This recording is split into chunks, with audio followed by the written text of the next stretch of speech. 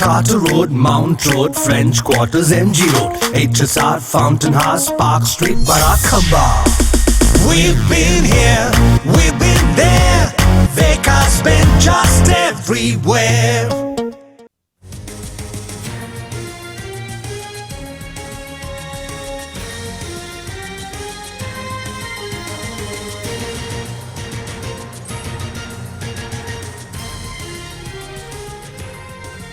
Visakha Essentia pharma ప్రమాదంలో సంచలన విషయాలు వెలుగులోకి వచ్చాయి.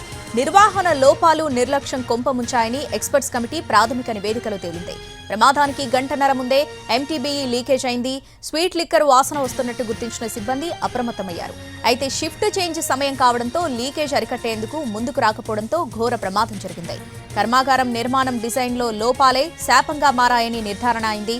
ఎమర్జెన్సీ ఎగ్జిట్స్ లేకపోవడంతో ప్రమాదం నుంచి బయటపడే మార్గం లేక కార్మికులు మృత్యువాత పడ్డారు.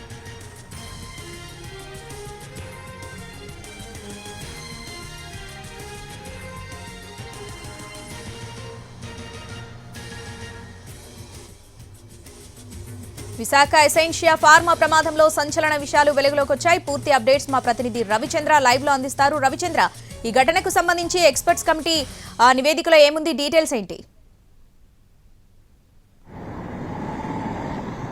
కానీ ఎసెన్షియా ఫార్మాలో 17 మంది మృతికి 60 మందికి పైగా గాయపడడానికి కారణమైన ప్రమాదం వెనుక అనేక ఆసక్తికరమైన విషయాలు వెలుగులోకి వస్తున్నాయి. ఒకటి, అసలు పరిశ్రమ నిర్మాణంలోనే లోపాలు ఉన్నాయనేది ఒకటైతే, రెండవది నిర్వహణలో అత్యంత నిర్లక్ష్యంగా వ్యవహరించనేది రెండోది. ప్రధానంగా ఏదైతే ప్రమాదకరమైన రసాయనాలను పంపిణీ చేసే పైప్ లైన్స్ ఉంటాయో, పైప్ లైన్స్ను భవనం అంతర్గత నిర్మాణంలో ఏర్పాటు చేశారు.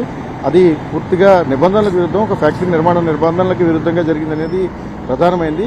ఆ పైప్ లైన్ నుంచి వస్తున్న లీకేజ్ ముందుగానే గుర్తించినప్పటికంటే ప్రమాదం జరగడానికి దాదాపుగా అరగంట నుంచి గంట ముందుగానే ఒక వేపర్స్ను వస్తున్నట్టు గుర్తించినప్పటికీ దాన్ని సీరియస్గా తీసుకోలేదు. దాని కారణంగానే వేపర్స్ అంతా కూడా ఏసీ లోపల ఫామ్ అయ్యి ఒకసారిగా స్పార్క్ వచ్చింది. ఆ స్పార్క్ వల్ల పెద్ద పేలుడు సంభవించి వీళ్ళంతా కూడా మరణానికి కారణమయ్యారు. ఇంత పెద్ద ప్రమాదం జరిగిందనేది రెండోది. ఇవన్నీ కూడా బేసిక్ ఫైండింగ్స్. వీటి కారణంగా ప్రమాదం జరగడానికి ఒకటి నిర్మాణ లోపాలు, రెండు పైప్ లైన్స్ ఎక్కడైతే ఇష్టానుసారం పైప్ లైన్స్ రన్ చేయడం కూడా ప్రమాదానికి కారణంగానే గుర్తించారు. అలాగే నిర్లక్ష్యం అనేది కూడా చాలా కీలకంగా తేలుతోంది. ఓవరాల్గా ఈ ఇన్సిడెంట్కి సంబంధించినంత వరకు ఈ కంపెనీ యాజమాన్యం పైన ఇప్పుడు చర్యలు తీసుకునే దిశగా అడుగులు పడుతున్నాయి. క్రిమినల్ కేసులు నమోదు చేయాలనే ఆలోచనలో కూడా అధికార యంత్రాంగం ఉంది.